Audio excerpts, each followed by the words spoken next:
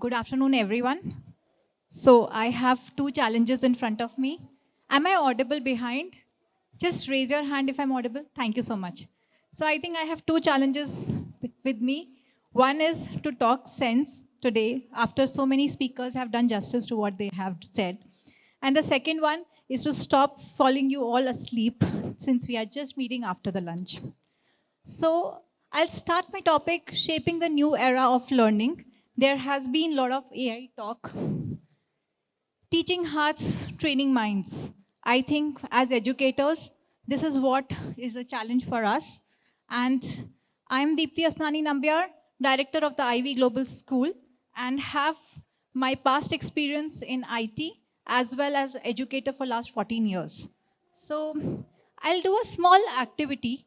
Just I would welcome you all to join me on a time machine. And we will try to travel few years ahead. Can I please play?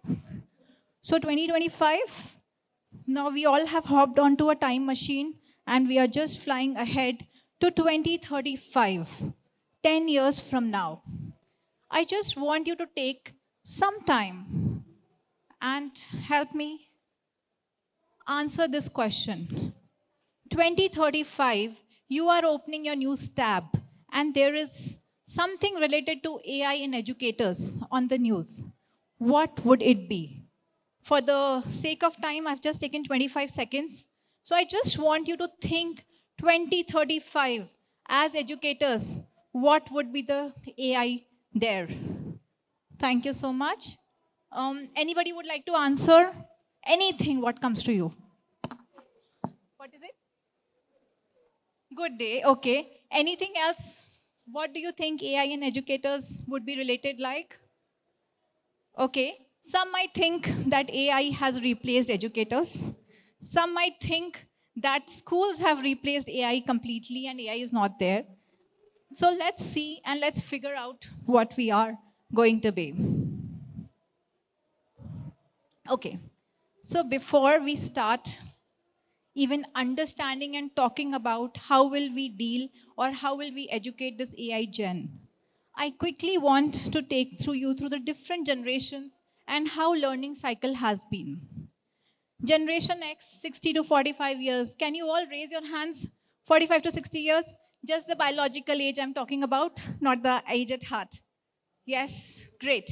So, Generation X, we all were wired differently. We still prefer talking to people than actually messaging them. We still, when we buy our groceries, we do mental calculation of the maths, calculating the amount, and not speaking to our calculators. We still maintain our to-do list and not asking Alexa to do it for us. That was Gen X. When I told my son, who's 10-year-old now, that I did not have internet when I was learning, for him, it seemed like my grandfather telling me that he had to swim across the river to reach the school. He found it really funny. Now, let's come to Gen Y. So when they were growing up, internet was part of them. They communicated differently, they learned differently. Gen Z, these are the students who have probably just passed from our school or are in senior grades.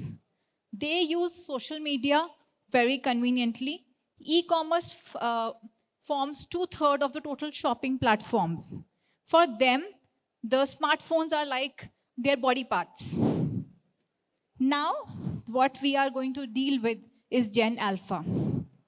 They speak with technology as well as they speak to humans.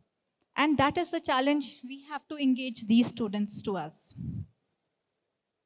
So I just was doing some research and I came across a very good article, a very good research done by Harvard in an AI enabled classroom. One professor who was trying to teach physics to the students in Harvard divided the classroom into two classes. One where the students were allowed to use AI technology, and the other one where they were obviously the best educators from Harvard. And he delivered the physics lecture using active learning strategy. At end of the classroom, surprisingly, they found where there was AI-enabled classroom, the students absorbed better. They said that they were more engaged and they were able to reach higher order thinking skills. Now, does this mean that AI is going to replace educators from the classrooms? No. I think AI will be there to handle the technicalities and the higher order thinking skills. Engaging students, human to human connect, is what educators would be working on. Okay, and how much time do we have to adopt? So this is a graph, and you can see what smartphones did in 20 years. AI is doing that absorption rate in 3 years. So why AI is becoming this big? Ease of usage. Now, if you can flip your fingers, you can actually use AI. AI is that simple to use. Every time, whenever, if you can just, in any ways, speak or write down, what do you want? AI will have a solution for you, almost most of the things. It's a very quick learner. I will just tell you my example. Last year, I was trying to do a justice to a contract which I got, and I tried to upload it on AI, and I did not get the response I was expecting. This year, same thing happened, and a contract I wanted to analyze in two jurisdictions, Indian and Canadian. You would be surprised the kind of answers I got from AI. I have also used AI to generate summary of my reports by a doctor and trying to understand what is the recommended treatment. I recently uploaded my tax returns on AI and asked it to, give me better options. So, say CA, lawyer, doctor, it has become one of that. I will still have a remark of caution, uses as a second opinion only, not the first opinion. And obviously it is accessible. My lawyer doesn't respond to me in midnight, but AI does. Okay, so I think after this, let's address the elephant in the room somewhere. How do we equip the students with the skills and mindset to learn, create, and excel in this AI world that we are entering? So I have a short video for this. Yes. So it is the era how photography has changed over the years.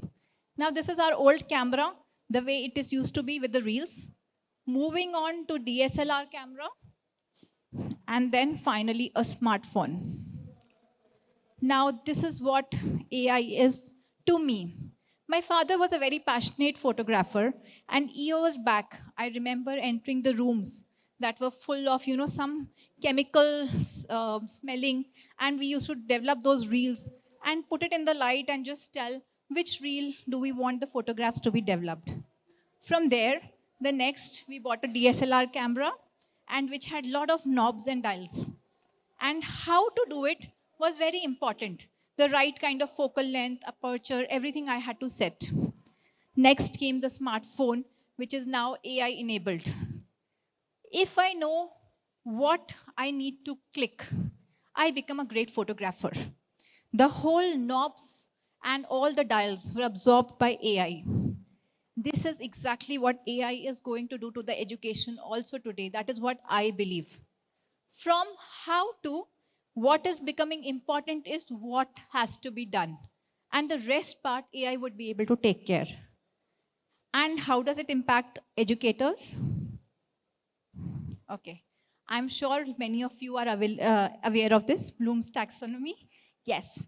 So I'm from a PCM background, and I was taught integration with 90% of time focusing on how to do integration.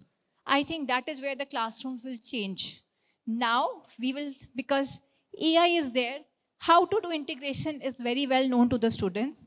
What to do, when to apply the integration, which questions will the integration be actually applicable is what our students would need to understand. With this, yes, I would end my presentation. I'm much on time, I believe. And there is a website that I highly use, aiexploria.com. If you know what is the problem where you want a solution for AI, this website is very handy. It gives you a number of tools from AI that you can use. I use it widely, so I recommend to everybody. Thank you so much for your time. It was nice speaking to you. Thank you, EdTech, for giving me this platform, a very well organized conference. Thank you so much.